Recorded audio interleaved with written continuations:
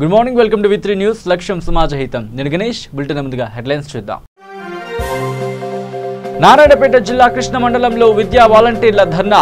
6 నెలల జీతాన్ని వెంటనే విడుదల చేయాలని డిమాండ్.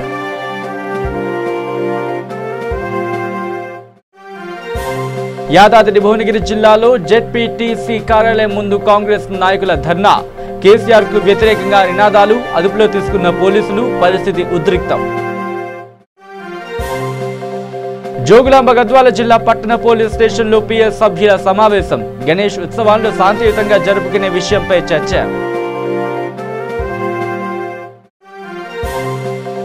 పరిశ్రమలో మరో కొత్త ఈ గేమ్ ను ఆవిష్కరించిన పోల్ టు విన్ ఇంటర్నేషనల్. మొదట ఇండియాలో, తర్వాత ప్రపంచం. మొత్తం ఈ గేమ్ ఆవిష్కరణ.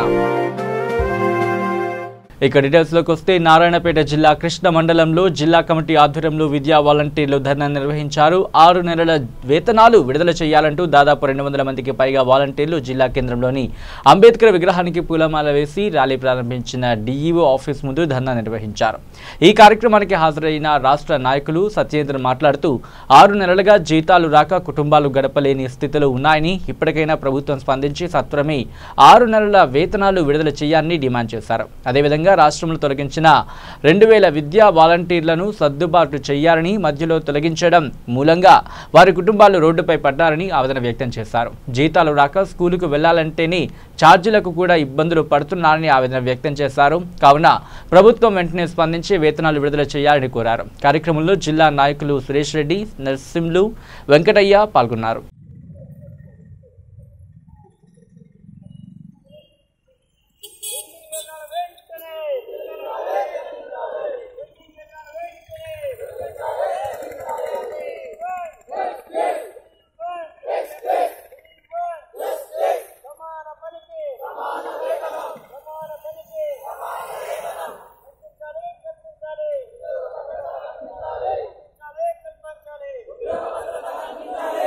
ఇక భువనగిరి జిల్లా కేంద్రంలోని స్థానిక జెడ్పీటీసీ కార్యాలయం ముందు కాంగ్రెస్ పార్టీ నాయకులు ధర్నా నిర్వహించారు. స్థానిక సంస్థలకు నిధులు కేటాయించకుండా నిర్లక్ష్యం వహిస్తున్న ప్రభుత్వ వైఖరిని నిరసిస్తూ జిల్లా కాంగ్రెస్ పార్టీ అధ్యక్షులు అనిల్ కుమార్ రెడ్డి ఆధ్వర్యంలో ధర్నా నిర్వహించారు. ఈ కార్యక్రమంలో భువనగిరి పార్లమెంటు సభ్యుడు కోమటిరెడ్డి వెంకటరెడ్డి మాట్లాడుతూ గ్రామ సర్పంచులకు చెక్ పవర్ ఇచ్చి పెట్టడం కేసీఆర్ ప్రభుత్వంకి సిగ్గుచేటు అని అన్నారు.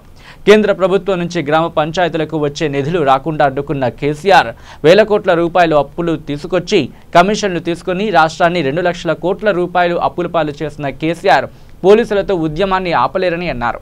రానున్న రోజుల్లో స్థానిక సంస్థలకు నిధులు మంజూరు చేసే వరకు ఈ పోరాటం ఆగదని హెచ్చరించారు. అనంతరం రోడ్డుపై బైఠాయించి రాస్తారోకో నిర్వహించారు. కేసీఆర్ డౌన్ డౌన్ అంటూ నినాదాలు చేశారు.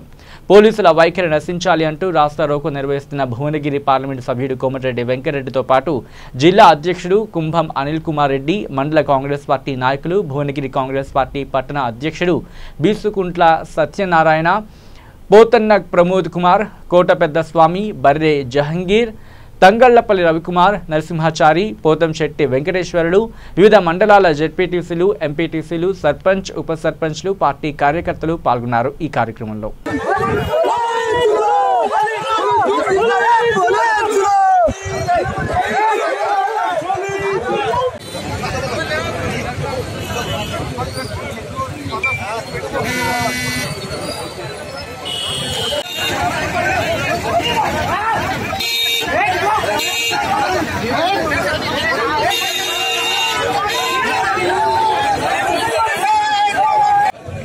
వంశ వీరారెడ్డి, రాజపేట చల్లూరు సర్పంచ్ గారు, సీనియర్ నాయకులు కాంగ్రెస్ పార్టీ మొదటి నుంచి కాంగ్రెస్ లో ఉన్నారు. వారు బాధలు ఎక్కువ తెలుసు, ఎందుకంటే ప్రజల బాధలు ఎక్కువ తెలిసే వ్యక్తి కాబట్టి మరి ఎవరు తిట్టకుండా మమ్మల్ని కూడా తిట్ట. 5 ఏళ్ళు కూడా ₹1 నిధులు రాలే. ఇంతసేపు నాకు వచ్చే నా 3 కోట్ల రూపాయలు ఎమ్మెల్యే నిధులకెళ్ళే నాకేం పెడతాం, బాగుండు లైట్లు వేస్తావా, ఫోన్లు వేస్తావా, అరేస్తావా అన్నాను. ఇవాళ ఈ కేసీఆర్ గారు ఆ ఎమ్మెల్యేలు ఇంకా కూడా మీకు అధికారం లేకుండా ఆ ఎమ్మెల్యే నిధులు కూడా ₹3 కోట్ల నిధులు పెట్టుకుని ఎమ్మెల్యేలకు ₹3 కోట్ల నిధులు ఇవ్వలేదు. ఎంపీటీసీలకు లేదు, సర్పంచులకు 8 నెలల సర్పంచులు ఎన్నికలు ఎంత ఘోరం అంటే సొంత డబ్బులు జేబులోకి వెళ్ళి పెట్టి గ్రామాలలో పనులు చేస్తున్న నిజంగా సర్పంచులందరూ కూడా చేతులెత్తి మొక్కాలు ఇవ్వాలి. కేసీఆర్ పుణ్యవాడ దుర్మార్గం. ఇక సాంప్రదాయబద్ధంగా వస్తున్న గణేష్ నిమజ్జనోత్సవాలను శాంతియుతంగా జరుపుకోవాలని సిఐ హనుమంతు ఎస్ఐ సత్యనారాయణ సూచించారు. జోగులాంబ గద్వాల జిల్లా కేంద్రంలోని పట్టణ పోలీస్ స్టేషన్లో గణేష్ ఉత్సవ కమిటీ సభ్యుల పిఎస్ సభ్యుల సమావేశం నిర్వహించారు. ఈ సందర్భంగా సిఐ మాట్లాడుతూ గణేష్ ఉత్సవాలు శాంతియుతంగా జరుపుకోవాలని అన్నారు. గణేష్ నిమజ్జనం ఏదో ఒక రోజు కేటాయించుకుని ఒకే రోజులో అన్ని వినాయకుల్ని నిమజ్జనం చేయాలని కోరారు. భక్తి శ్రద్ధలతో నిమజ్జన కార్యక్రమాన్ని ఆనందోత్సాహాల మధ్య నిర్వహించుకోవాలి అని అన్నారు. గద్వాల పట్టణం శాంతికి చిహ్నమని, ప్రశాంత వాతావరణంలో ఉత్సవాలు జరగాలని అన్నారు. ఎలాంటి ఘర్షణలకు తావివ్వవద్దని అన్నారు. ఎక్కడ ఏ సమస్య ఎదురైనా వెంటనే పోలీసుల దృష్టికి తీసుకురావాలి అని అన్నారు. గణేష్ మండపాల వారు తప్పనిసరిగా సంబంధిత పరిధిలో ఉన్న పోలీస్ స్టేషన్లో అనుమతులు తీసుకోవాలి అని అన్నారు. ట్రాఫిక్ ఇబ్బందులు లేకుండా వినాయక మండపాలను ఏర్పాటు చేసుకోవాలని సూచించారు. డీజే సౌండ్లను ఏర్పాటు చేయడం నిషేధించడం జరిగింది అని అన్నారు. మద్యపానం లేకుంటే కొంత వాళ్ళు పరిధి దాటి చేస్తుంటారు. ఎందుకంటే వాళ్ళు చేయాలని ఏమి ఉండదు, వాళ్ళ కడుపులో మందు ఉంటుంది. అందుకొరకు ఆ రోజు ఒక రోజు ముందు కానీ ఆ రోజు కానీ చేయండి. ఈ పెద్ద మనుషులు పిల్లలు ఉంటారు కదా, వాళ్ళకు ఖుషితోనే చేస్తుంటారు. కానీ ఇక్కడ ఒక క్యాస్ట్కి కన్వర్ట్ చేయాలా, మేమే ఇబ్బంది కలిగేలా అని ఎవరికి అటువంటి భావాలు ఎవరికి లేవు.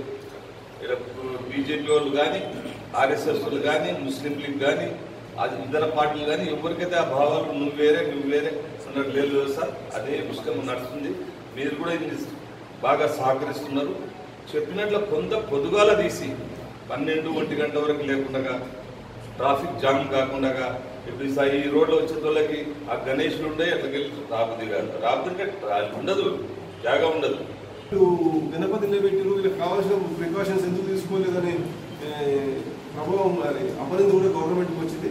అలాంటిది మీరు ఎక్కడ పోతున్నారు, మీరు ఎక్కడ చేస్తున్నారు క్వశ్చన్ కూడా అడుగుతాం. మేము పర్మిషన్ లాగా నిమజ్జనం ఎక్కడ చేస్తారు అంటే ఎందులో తీసుకెళ్తారని కూడా అక్కడ మేము కరెక్ట్గా మేము కానీ వేరే డిపార్ట్మెంట్ వాళ్ళకి ఇంటిమేషన్ చేయడానికి కానీ మా దగ్గర ఇన్ఫర్మేషన్ ఉంటుంది, మేము చెప్పడానికి వస్తుంది.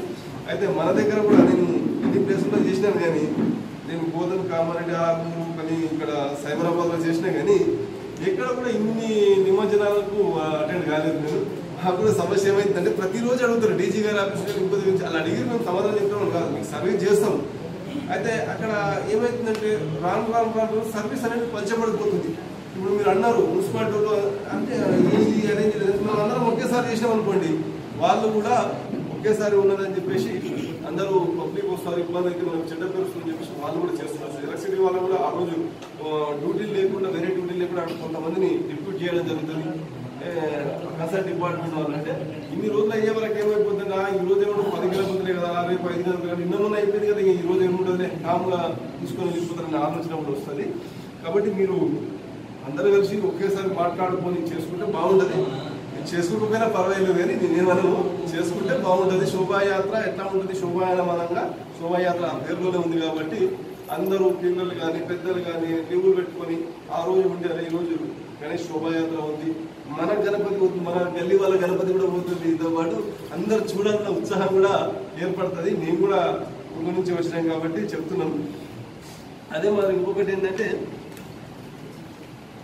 ఇక హైదరాబాద్ బంజారాహిల్స్లోని పార్క్ హైత్ హోటల్లో పత్రికా సమావేశం నిర్వహించారు. పోల్ టు విన్ ఇంటర్నేషనల్ వారి వీడియో గేమ్స్ పరిశ్రమలో మరో కొత్త ఈ గేమ్ను ఆవిష్కరించారు. ఈ గేమ్ను మొదట ఇండియాలో ప్రారంభించున్నామని, తర్వాత ప్రపంచం మొత్తం ఆవిష్కరించబోతున్నాం అని ఈ సంస్థ నిర్వాహకులు డెబోరో కిర్కమ్ అన్నారు. ఈ కార్యక్రమంలో సీఈఓ డెబోరో కిర్కమ్, ప్రెసిడెంట్ కస్తూరి రంగన్, అలాగే డైరెక్టర్ ఆఫ్ ప్రొడక్ట్స్ మంత్రి రవితేజ, ఈ గేమ్లోని ప్లేయర్స్ తదితరులు పాల్గొన్నారు. Are played on multiple platforms right now. So this team right now is playing PUBG Mobile on mobile phones. You have games that are played on PC, on console, and mobile phones for the most part. So, and yeah, they have different gear they use and they play. And essentially what happens with the esports team is they play online with other players. Like for example, for the qualifiers that they qualified for Milan, this is one of the, these are one of the first few teams in India that is representing India to go to Milan and play in the World Championship. They played across over 500 teams in India and came, one of the top 3. So, yeah. Is there a number of restriction on the number? At home, it is like an escape from reality. It's very therapeutic. It's actually a very good thing. Adults like to watch TV, just like that. Kids like to play video games. It is not a dangerous sport. There is no. Our thing is, rugby is a dangerous sport. Cricket. People have died. When the ball hits. You know about the number of deaths. So I think it's more of a perception. If you look at even the worldwide audience, esports is viewed, video games are viewed as, something that today's day and age, kids like to play, like to immerse in a different world. I can tell you, even in terms of quick thinking and even in terms of, just getting your mindset, to be very quick, very smart, it really helps. So for Goal to Win, when we go to esports team launches in India and esports is growing in India. So and esports is one of the biggest sports market in the world. So we want to empower Indian gamers in the international stage lo తీసుకెళ్లడానికి wish ఉంది. So అందుకనే మేము invest చేస్తున్నాం ఇండియాలో and we are hoping that the Indian teams will win and they will be number one in the world. ఎందుకు India అని ఎందుకు specially Hyderabad? First of all నేను హైదరాబాద్, దాని తర్వాత మా team is all over the country. Punjab నుంచి వచ్చారు, సూరత్ నుంచి వచ్చారు, నార్త్ ఈస్ట్ ఇండియా నుంచి వచ్చారు. So where actually Indian team and వాళ్ళ బూట్ క్యాంప్ ఇక్కడ హైదరాబాద్లో సెటప్ అయింది. సో బూట్ క్యాంప్ అంటే వాళ్ళందరూ కలిసి ఆడతారు, 2 months ప్రాక్టీస్ చేస్తారు. సో ఆ బూట్ క్యాంప్ ఇక్కడ హైదరాబాద్లో సెటప్ చేసిన వల్ల ఇక్కడ ప్రెస్ కాన్ఫరెన్స్ కూడా మేము ఇక్కడే చేయాలని చూసాం. దాని తర్వాత we have an office in Hyderabad కూడా. సో హైదరాబాద్లో ఒక ఆఫీస్ ఉంది, దాని తర్వాత బెంగళూరు కూడా ఒక ఆఫీస్ ఉంది. So my team manager Bharat Kiran ఉన్నారు. He's one of the top Indian players in esports. He's one of the top 10 Indian players. And so ఆయనతో మేము కాంట్రాక్ట్ చేసాం, saying let's find the top 4 best players in India who will represent India on a global stage. So he took 2 months. మేము full due diligence చేసి అన్ని players continue చూసి ఎవరు best ఆడుతున్నారు, ఎవరు ఎట్లా చాలా మంచిగా టీం లాగా ఆడుతున్నారు అన్ని చూసి నేను టీం ఫామ్ చేశాను. అదే ఇక రాజన్న సిరిసిల్ల జిల్లాలోని ఎల్లారెడ్డిపేట మండలంలో భారతి ఫౌండేషన్ వారు గవర్నమెంట్ టీచర్స్ కు లీడర్షిప్ క్వాలిటీస్ పెంచుకోవడానికి ప్రోగ్రాం ఏర్పాటు చేశారు. ఈ ప్రోగ్రాంలో డిఈఓ, ఎంఈఓ మరియు మోటివేటర్స్ పాల్గొన్నారు.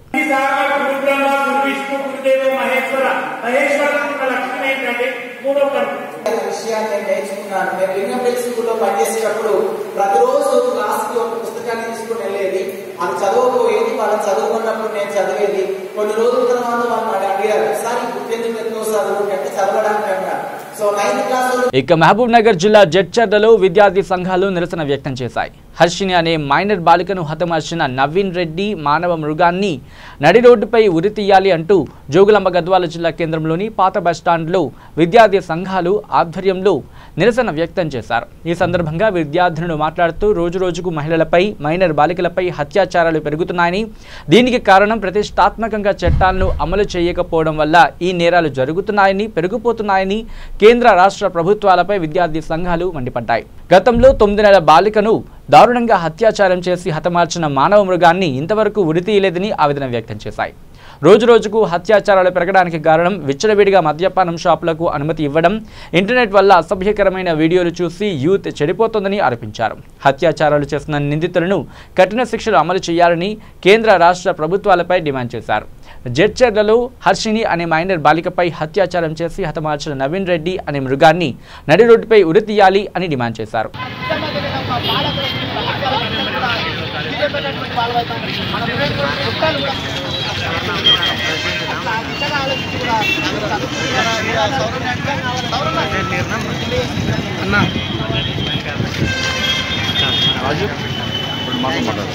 పైన 9 నెలల పాప పైన అత్యాచారం జరిగినా కూడా ఈ ప్రభుత్వం ఇంకా స్పందించలేదు.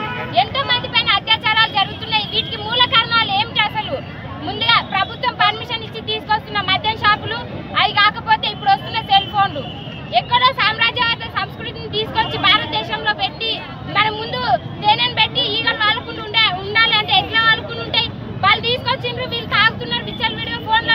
వీడియోస్ ఏది ఊకి ఇట్లా టచ్ చేస్తే చాలు ప్రతి వీడియో ఇట్లా కనబడుతుంది. వాటి వల్లనే కదా యూత్ చెడిపోయి ఇటువంటి వాటికి లోనవుతున్నారు. వీటన్నిటినీ మనం ఖండించాలంటే ముందుగా మన ప్రభుత్వం, కేంద్ర రాష్ట్ర ప్రభుత్వాలు అశ్లీల సినిమాలను, మద్యాన్ని నిషేధించాలని చైతన్య మహిళా సంఘం తరఫున అని కోరుకుంటున్నాను. ఖచ్చితంగా నడి రోడ్డు మీద ఉరి తీస్తేనే ఈ రాష్ట్రానికి మనకి ఒక ప్రత్యేకత ఉంటుంది. మన సాధించుకున్న రాష్ట్రంలో ఇలాంటివి జరుగుతున్నప్పుడు ప్రభుత్వం ఖచ్చితంగా ఏ విధంగానైనా ప్రతి విషయంపై వాళ్ళు అవగాహన పెంచుకున్నారు కదా, అట్లాంటప్పుడు ఒక నిందితుని నిందించాలి, అప్పుడు అతన్ని గురి తీయాలి. అలాంటప్పుడు అలా చేయకపోతే ఇలాంటి నిందితులు ఎంతో మంది తయారవుతారు. ఇలా తయారు కాకుండా ఉండాలంటే ఖచ్చితంగా ఆ నిందితుడికి ఉరి శిక్ష పడాలి. అదే నడి రోడ్డు మీద పడాలి. అలా జరిగితేనే మనకి ఇప్పుడు స్త్రీల మీద రక్షణ ఉంటుంది. అలా జరగకపోతే ఎలాంటి స్త్రీ మీదైనా హత్యాహారం చేస్తారు. ఇక 5th world Congress on executive reading ప్రోగ్రామ్ను తైవాన్ దేశంలో నిర్వహించారు. మన దేశం నుంచి రాజన్న సిరిసిల్ల జిల్లా ఎల్లారెడ్డిపేట మండలంలోని నారాయణపూర్ గ్రామంలో లింగాల రాజు అనే వ్యక్తి ఇంగ్లీష్ స్కూల్ అసిస్టెంట్ పనిచేస్తున్న లింగరాజు తైవాన్ దేశం వెళ్లి 5th world Congress on executive reading ప్రోగ్రాంలో పాల్గొని రావడం జరిగింది. లింగాలు రాజును ప్రైవేట్ లెక్చరర్ల ఫోరం ఎల్లారెడ్డిపేట ఎంఈఓ ఘనంగా సన్మానించారు. Good afternoon. Thank you so much. Courage we require courage not only to speak but to sit and listen and Winston Churchill అంటాడు. నిలబడి మాట్లాడడానికి కాదు, కూర్చొని వినడానికి కూడా ధైర్యం కావాలి అంటాడు. ఇక్కడ ఉన్న వాళ్ళకి ఎంతమంది ధైర్యం ఉంది చెప్పండి వినడానికి? మనందరం టీచర్లు నిలబడి మాట్లాడడానికి ఎంత ధైర్యం అవ్వాలో లంచ్ టైంలో వినడానికి కూడా అంత ధైర్యం అవ్వాలి. So Telangana private teachers federation కి ఫోరం కి మరి నా పక్షాన, విద్యాశాఖ పక్షాన ప్రత్యేక ధన్యవాదాలు. మమ్మల్ని ఎంకరేజ్ చేస్తున్నందుకు thank you so much. Taiwan దేశంలో ఎక్స్టెన్సివ్ రీడింగ్ ఫౌండేషన్ ఆధ్వర్యంలో ఆగస్టు 9 నుంచి 13 వరకు జరిగిన ఇక కర్నూలు జిల్లా ఆలూరు నియోజకవర్గంలోని దేవరకొండ మండలం పరిధిలోని పి కోటకొండ గ్రామంలో ఆగస్టు 16వ తేదీన గవర్నమెంట్ హై స్కూల్లో గుర్తు తెలియని వ్యక్తులు చోరీ చేశారు. చోరీలో 3 బ్యాటరీలు, ఒక మానిటర్, ఒక సిస్టమ్ దొంగిలించడం జరిగింది. దాదాపుగా 50,000 నష్టం జరిగిందని హెడ్ మాస్టర్ అన్నారు. ఈ విషయంపై దేవరకొండ ఎస్ఐ మారుతికి ఫిర్యాదు చేయగా కేసు నమోదు చేసుకుని దర్యాప్తు ప్రారంభించారు. ఇలాంటి సంఘటనలు మళ్లీ జరగకుండా వాచ్మ్యాన్ను అలాగే సీసీ కెమెరాలను ఏర్పాటు చేయాలని సిఐ హెడ్ మాస్టర్కు కోరారు.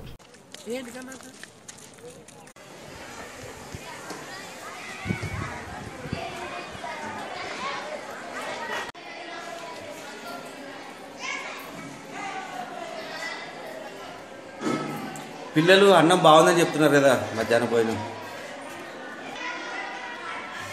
ఇప్పుడు ఇంత ప్రోగ్రాము ఇదంతా వేస్ట్ అవుతుంది.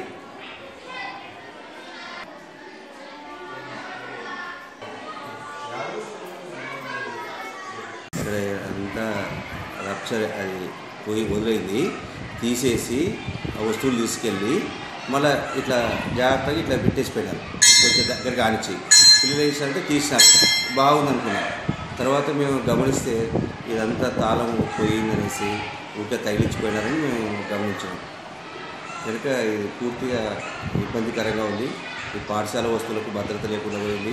తర్వాత పాఠశాలకు గవర్నమెంట్ ఇచ్చినటువంటి వస్తువులు ఈ విధంగా పోవడం వల్ల విద్యార్థులకు అందాల్సిన విద్యా బోధన కూడా, సాంకేతికంగా అందాల్సిన బోధన కూడా అందదు.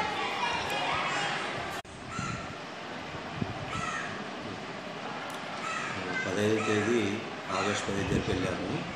తర్వాత 16వ తేదీ ఉదయం స్కూల్కి వచ్చిన వాళ్ళు, సార్ ఇట్లా మన స్కూల్లో థెఫ్ట్ జరిగిందని మా టీచర్ చెప్పారు.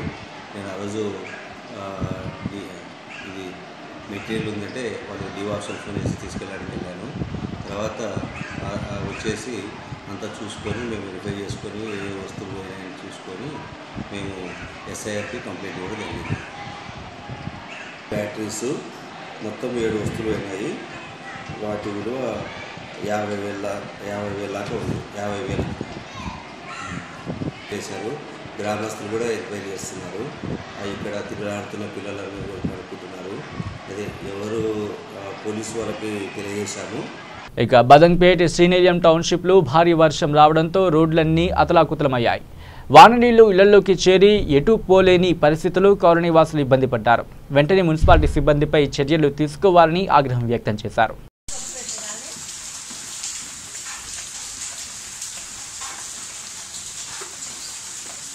ఇక కర్నూలు జిల్లా బనగామపల్లి మండలంలో ఆంధ్రప్రదేశ్ రాష్ట్ర మాజీ ముఖ్యమంత్రి నారా చంద్రబాబు నాయుడు ఆదేశాల మేరకు ఇసుక విధానంపై బనగామపల్లి నియోజకవర్గంలో మాజీ ఎమ్మెల్యే బీసీ జనార్దన్ రెడ్డి భవన కార్మికుల పార్టీ కార్యకర్తలతో కలిసి పార్టీ కార్యాలయం నుంచి ర్యాలీగా పొట్టి శ్రీరాముల విగ్రహం వద్దకు వెళ్లి నిరసన వ్యక్తం చేశారు.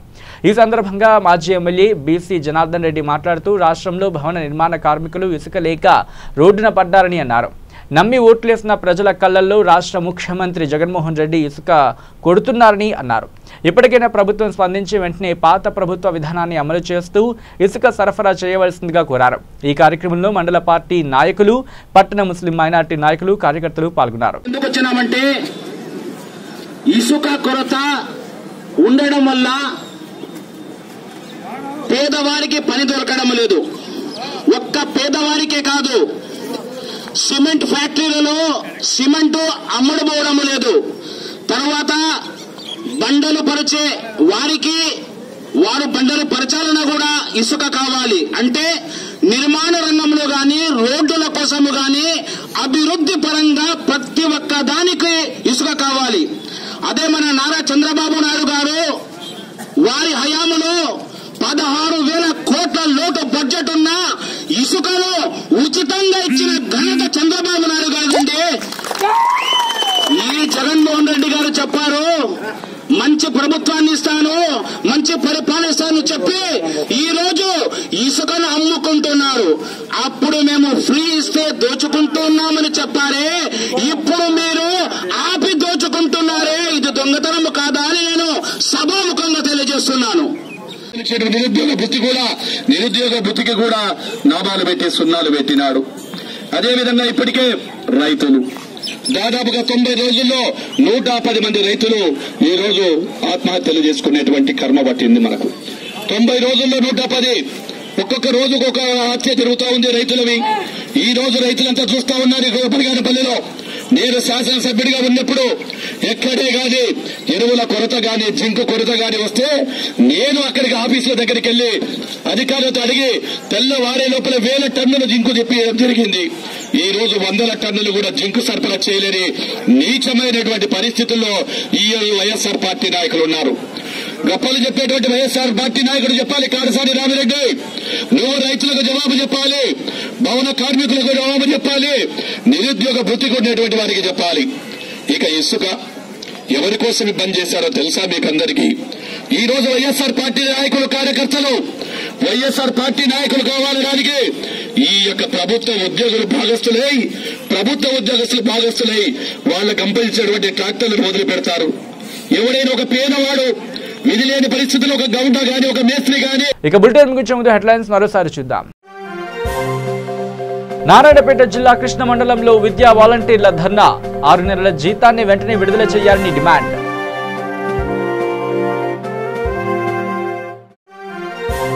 యాదాద్రి భువనగిరి జిల్లాలో జెడ్పీటీసీ కార్యాలయం ముందు కాంగ్రెస్ నాయకుల ధర్నా, కేసీఆర్ కు వ్యతిరేకంగా నినాదాలు, అదుపులో తీసుకున్న పోలీసులు, పరిస్థితి ఉద్రిక్తం. జోగులాంబ గద్వాల జిల్లా పట్టణ పోలీస్ స్టేషన్లో పిఎస్ సభ్యుల సమావేశం, గణేష్ ఉత్సవాలను శాంతియుతంగా జరుపుకునే విషయంపై చర్చ.